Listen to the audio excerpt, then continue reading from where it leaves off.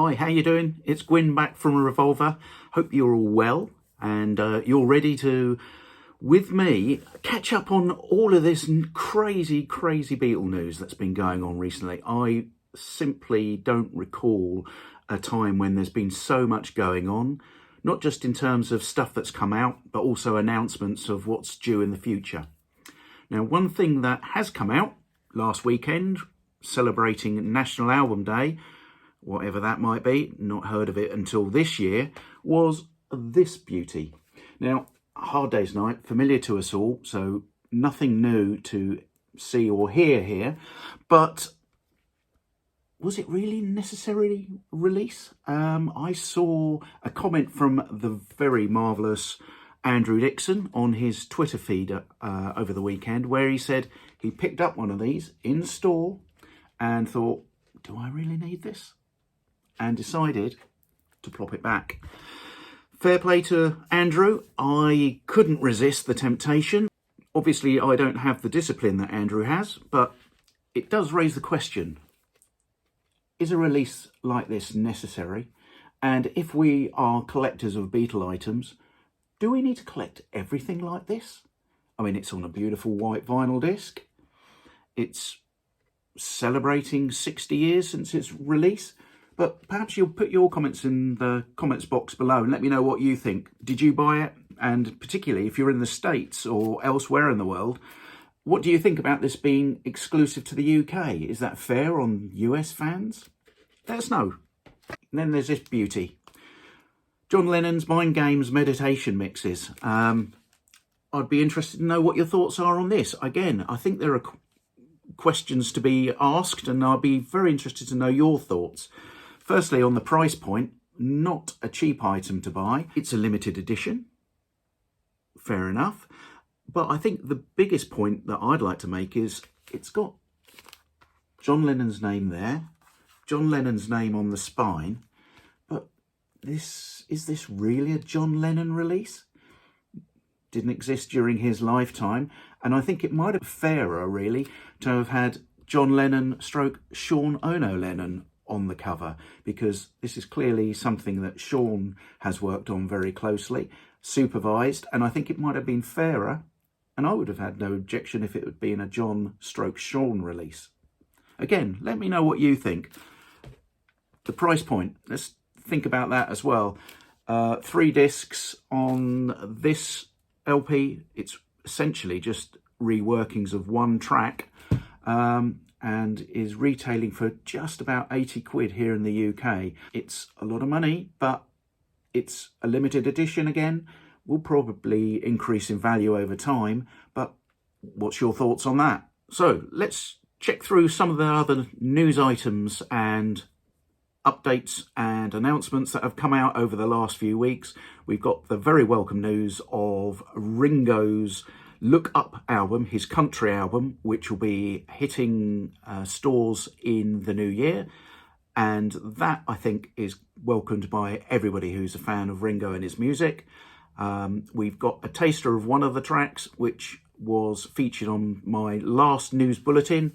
And there will be a link below if you haven't had a chance to catch up on that single. And as we've said, it's coming out in vinyl and CD format. We also have news this week of a new John Lennon documentary called Borrowed Time and directed by Alan G. Parker. From what we can tell so far, it looks as though it's going to be a compilation of news and film clips of John and Yoko, so that it will be covering the last decade in John's life.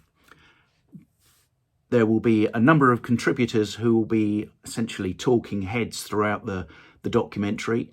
Those include Terry Callie, Ray Connolly, Earl Slick, the late Tony Bramwell, Barry Miles, Andy Peebles and Bob Harris, both Radio 1 DJs here in the UK who conducted very important interviews at the time. Author Philip Norman and Barry Miles and Ken Womack.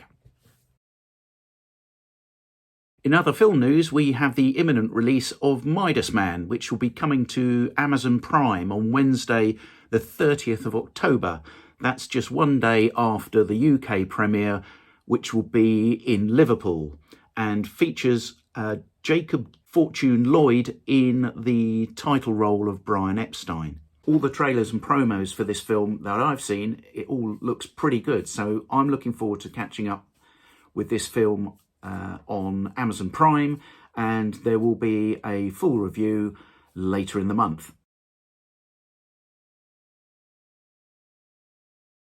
We've obviously had an announcement recently from the George Harrison camp about the Living in the Material World box set, and that's a very exciting release. Something that we've been looking forward to for some time. We thought it might have been out earlier in the year, but not to worry, it's coming. It'll be here very shortly, and I, for one, am very much looking forward to it. Not to be outdone by the Harrison camp, Paul McCartney's also made an announcement of imminent releases, although for me personally, this is nowhere near as exciting, but he has announced the release of a second batch of SHM CDs, the high quality format CDs of Japanese releases of the following albums. He's got Venus and Mars, Wings at the Speed of Sound, Wings Over America, Thrillington and Wings Greatest.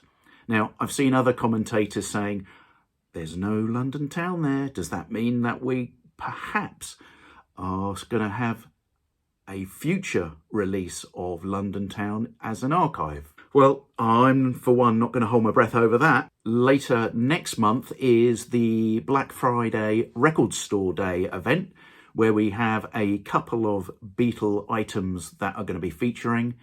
The most important, I would assume, for most of us here is the 7-inch reissue of I Want to Hold Her Hand, the original Capitol single. Again, this is all mixed up in the 60th anniversary of the Beatles' US visit. And this also dovetails very nicely with the Capitol mono albums, which are released later this month. So as well as the I Want to Hold Your Hand single, there is the 3-inch single of All My Loving, which is accompanied or included with a carry case for this single and those singles that were released last year. If that's an item that appeals to you, I'd be interested to know, because it really isn't something that grabs my fancy particularly. But regardless, all these releases dovetail very nicely with the fact that we have the mono Capitol albums coming out on the 22nd of November. And again, mixed reviews from those commentators that I've seen with regard to this release. I, for one, am looking forward to it, and we will see and do a full review of the item later on this month on the channel. As well as I Want to Hold Your Hand and All My Loving 3-inch and the Capitol album mono box set, we have the Martin Scorsese produced and David Tedeschi directed film of The Beatles 64. This is going to be exclusive to Disney Plus and will be coming out on November the 29th. So tons and tons happening just before Christmas. This week has also seen the announcement by Apple that its long-standing CEO, Jeff Jones, is stepping down shortly.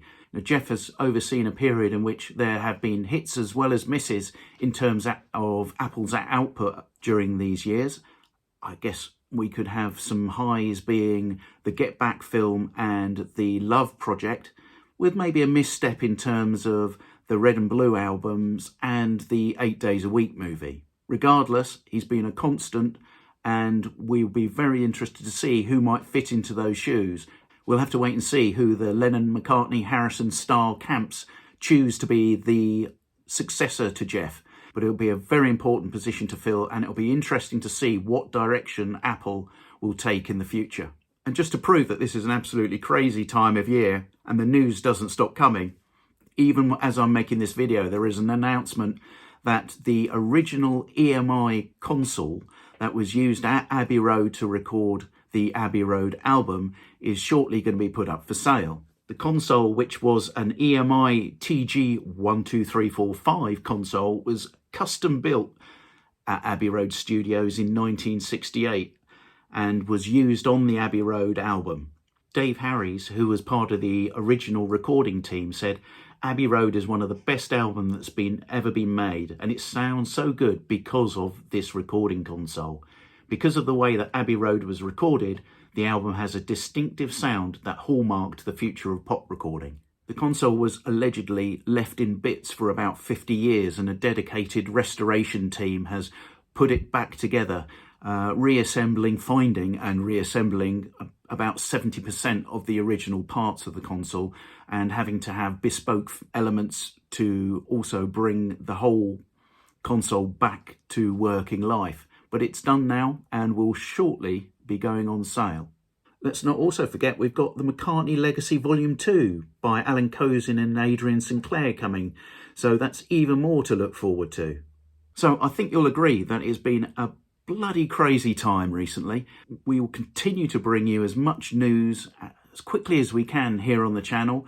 Very much appreciate your support, but if I can be cheeky and ask, if you haven't done so already, if you can hit the subscribe button, I'd appreciate it very much indeed.